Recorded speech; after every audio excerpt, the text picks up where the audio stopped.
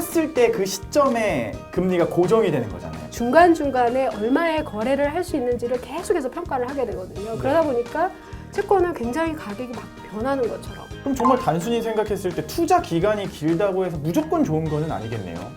안녕하세요. 채권 투자에 대해서 알고 싶은 전국의 체린이 여러분, 저는 진행을 맡은 김태욱입니다. 안녕하세요. 이윤입니다. 네. VP님, 저 목 길어진 거 보이시나요? 이거? 오우. 아, 그런가요? 원래 길어. 아니에요. 지난번에 네. 채권은 금리가 오르면 가격이 빠지고 금리가 내려가면 가격이 오른다, 이 말씀을 하셨잖아요. 네. 저 이거 기다리느라고 목이 지금 빠질 뻔했습니다. 그 설명을 드려야 되는데 네. 쉽지가 않아요. 쉽지가 않아서 제가 볼 때 이제 과외하듯이 좀 네. 가르쳐 드려야 되지 않을까. 오. 네. 제가 잘 설명을 드려야 되는데 쉽지는 않습니다. 알겠습니다. 그럼 오늘은 우리 방송 보시는 분들 다 과외하듯이 집중해서 함께 해주시길 바라겠습니다. 네. 자, 제가 이렇게 목이 빠지게 기다렸으니까 이제 답을 좀 주시죠. 네. 이유는 간단하게 설명하면 채권은 투자할 때 네. 내가 받을 수 있는 이자가 고정이 되게 됩니다. 그래서 이자는 고정이 되어 있는데 세상의 금리는 자꾸 변하기 때문에 네. 그래서 채권 가격은 변하게 됩니다. 어려우시죠? 어렵네요. 그래서 예를 들어서 설명을 드리면 제가 2020년 1월 1일에 1월 1일에 은행에 갔어요. 은행에 가서 만기 3년짜리 네. 그리고 이자율 3%짜리 은행채를 샀어요. 혹은 뭐 예금이어도 상관없는데 일단 은행채로 네. 은행채를 샀는데 근데 그날 갑자기 오후에 금리가 올라버린 거예요. 이미 샀는데. 네. 그래서 나는 3%에 샀는데 금리가 4%로 올랐어요. 그래서 아이고. 이제 지금 가면 은행에 가면 3년 만기 똑같은 채권을 내가 4%에 살 수 있어요. 내가 1,000만 원을 투자했는데 그래서 만약에 내가 3년 만기 3%짜리 은행채에 1,000만 원을 투자했어요. 네. 그러면 3년 후에 얼마를 받을 수 있을까요? 3%면은 1년에 30만 원씩 해서 3년 만기면 90만 원. 네, 금방 나오는데 1,090만 원. 아, 좀 있어 보이는데. 1,090만 원이죠. 네. 근데 4%에 산 사람은 얼마를 받을까요? 4%면은 1,000만 원에 4% 40만 그건 원에 정말 3년 120만 원. 그렇죠. 1,120만 원을 네. 받아요. 그렇죠. 그러니까 원금 1,000만 원에 이자 120만 원을 받게 돼요. 근데 어떠세요? 근데 이 사람이 갑자기 좀 기분이 나쁜 거예요. 기분 나쁘죠. 그렇죠. 3%를 계약을 했는데 그래서 나는 이걸 팔고 다시 4%에 투자를 하고 싶은 거예요. 그렇죠. 네. 그래서 팔고 싶어요. 어떻게 그렇게 제 마음을 잘 아세요? 그쵸. 네. 만약에 판다면 얼마에 팔 수 있을까요? 얼마에 살려고 할까요? 사람들은 1,000만 원에 나는 1,000만 원에 샀어요, 그렇죠? 네. 그러면은 1,000만 원에 팔 수 있을까요? 제가 또 산다는 사람 입장이 되면은 그쵸. 좀 더 싸게 사고 싶겠죠. 왜 싸게 사고 싶으세요? 이미 4%짜리로 들어가면 되는데 그렇죠. 굳이 3%짜리를 들어갈 이유가 없잖아요. 그렇죠. 그러니까 저는 받는 금액이 달라지진 않아요, 그렇죠? 네. 1,090만 원이라고 하는 금액은 정해져 있습니다. 근데 세상의 금리가 올라 버렸어요. 올라서 다른 사람들은 이제 1,120원에 똑같은 채권을 살 수가 있어요. 그래서 내가 그 채권을 팔려고 하면 1,000만 원에 팔 수가 없습니다. 그러니까 사실 이자 수익 면에서 아까 1,120만 원에서 1,090만 원이니까 30만 원 차이가 나잖아요. 네. 그러니까 그 30만 원만큼 사실은 뺀 가격에 거래를 할 수가 있어요. 그래서 저희가 받는 금액은 달라지는 게 없는데 금리가 올라가게 되면 그 이자만큼을 차감한 금액만큼 사실상은 거래를 하려면 그렇게 거래를 할 수가 있고 사실 그게 시가평가입니다. 시가평가. 네, 그러니까 네. 정리를 그럼 좀 해보면 일반적으로 채권에 이렇게 투자를 할 때 네. 투자자가 받을 수 있는 이익은 딱 샀을 때 그 시점에 금리가 고정이 되는 거잖아요. 그렇죠. 그렇기 때문에 금리가 그 이후로 오르게 되면 네. 나에게는 손해가 되는 거고 손해가 되는 거죠. 금리가 그 기준으로 떨어지게 되면 네. 나는 이득이 되는 거네요. 그렇죠. 왜냐하면 저희가 금리가 빠지면 더 높은 가격에 팔 수 있어요. 그러니까 1,000만 원에 샀는데 사실 더 높은 가격에 팔 수가 있고 근데 반대로 금리가 오르면 아까 말씀드린 것처럼 그 이자에서 손해본 만큼 사실은 깎아서 팔아야 돼요. 그러니까 일반적인 채권에 투자를 할 때 네. 투자자가 받을 수 있는 이익은 매수한 그 시점에 금리로 고정이 되는 거기 때문에 네. 이 금리가 오르게 되면은 나는 손해가 되는 거고 그렇죠. 이 매수한 시점보다 금리가 떨어지게 되면 나에게는 이득이 되는 거네요. 그렇죠.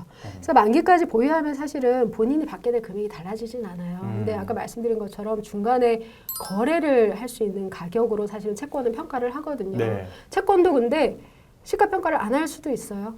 시가 평가요? 네, 시가 평가. 그러니까 좀 전에 말씀드린 것처럼 이제 나는 3%에 샀는데 세상 금리가 이렇게 막 바뀌면 그걸 반영해서 그의 가치를 막 이렇게 바꾸는 걸 우리가 시가 평가라고 해요. 그러니까 내가 현재 살 수 있고 팔 수 있는 가치로 평가를 하는 게 시가 평가거든요. 근데 나는 만기까지 들고 갈 거야. 라고 하게 되면은 사실은 시가 평가 안 받아도 돼요. 좀 어려우신데요? 좀 어렵긴 한데 그래도 이해는 조금씩 되고 있어요.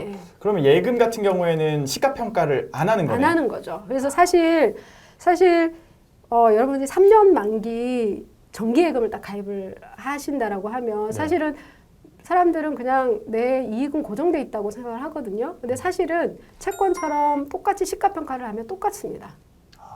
근데 사람들이 예금에 대해서는 그렇게 생각하지 않는 이유가 3년 후에 내가 어차피 뭐 1,090만 원 받을 거니까 그 개념으로 생각을 하는 거거든요. 채권도 사실 똑같아요.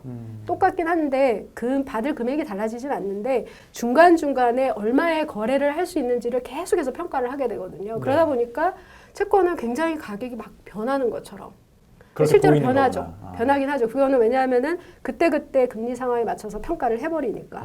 근데 사실 수익이 달라지지는 않습니다. 만기까지 가면. 예금하고 똑같은 개념이에요, 사실은. 그럼 정말 단순히 생각했을 때 투자 기간이 길다고 해서 무조건 좋은 거는 아니겠네요. 뭐 아까 말씀하신 대로 1,000만 원을 1년간 투자했을 때는 뭐 1%에 대한 기회 손익 자체가 플러스 마이너스 한 10만 원 정도밖에 안 되는데 10년이 되게 되면은 플러스 마이너스 100만 원이 되는 거잖아요. 그렇죠. 만약에 아까 이제 은행채를 3년 만기였는데요. 3년 만기가 아니라 10년 만기 3%를 샀어요. 그러니까 10년 동안 매년 3% 이자를 받기로 하는 그런 채권을 산 거거든요. 근데 그날 갑자기 4%로 올랐어요. 그러면은 10년 동안 4%를 받을 수 있는 채권을 살 수 있었는데 나는 10년 동안 3% 받는 채권을 산 거예요. 그러면은 손해본 이자가 10년치로 늘어나는 거죠. 그래서 가격 변화가 금리 변화 곱하기 내가 투자한 채권의 만기만큼 가격이 변하게 됩니다. 다시 한 번만요.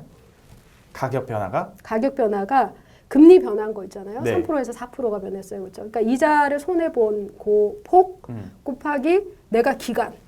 내가 10년짜리를 샀으면 10년간 손해를 보는 거고 10년간 계약을 해버린 거니까 돈을 그렇게 빌려주겠다고. 근데 이제 그러니까 10년간 1%로 손해를 보니까 10% 이자 손해를 보게 되죠. 1,000만 원 기준으로 하면 100만 원 손해를 보게 되니까 아까 3년에서는 사실 30만 원 손해 봤잖아요. 근데 10년짜리는 100만 원 손해 봤잖아요. 그래서 투자 기간에 비례해서 사실은 가격이 변하게 됩니다. 네. 쉽지 않구나 이게. 다이나믹해요. 그래도 만기 긴 거는. 그러면은 변동이 커요, 그렇게 이율이? 변동이 굉장히 큽니다. 장기채 같은 경우는. 그래서 사실은 만약에 30년이라고 생각해 보세요. 30년이면요, 1% 변하면 30% 변해요.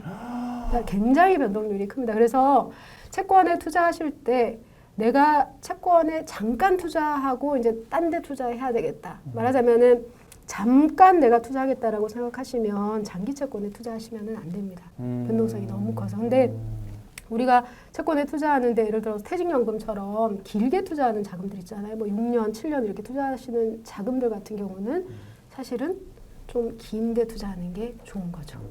저는 이렇게 뭐 한 30% 이 정도의 차이가 있을 거라고는 생각도 못 했는데 채권이 사실 저는 공격적이고 막 이렇게 대범한 투자를 하는 스타일은 아니거든요. 그러니까 가격 변동이 너무 크면은 힘들 것 같은데 그럼 기간을 조율을 해야겠네요. 그렇죠. 본인이 얼마의 기간 동안 이 자금을 투자할 건가를 잘 생각을 하셔서 그거에 맞춰서 투자하는 게 가장 현명한 방법입니다.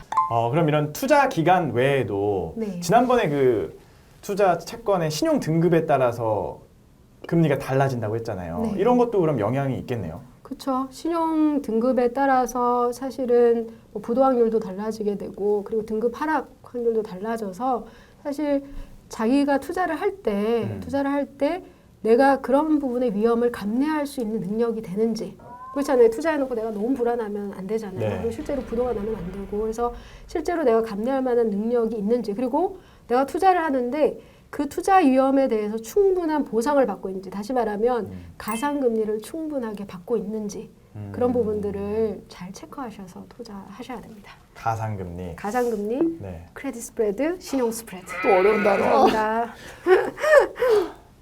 조금 안다 싶으면은 우리 VP님께서 뭔가를 계속해서 공부하게끔 던져주시는 것 같아요.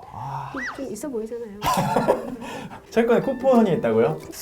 비슷하죠. 한 장씩 나눠주는 거는 비슷한데 음식도 보면은 뭐 30개의 쿠폰이 있으면 네. 10개까지는 음료수 서비스. 앞당겨서 조금씩 받는 거. 좀 어려울 때 돕는 친구가 수익을 많이 건다. 뭐 그런 셈이죠. 뭐. 삼성 자산운용 유튜브 구독, 좋아요 눌러주세요.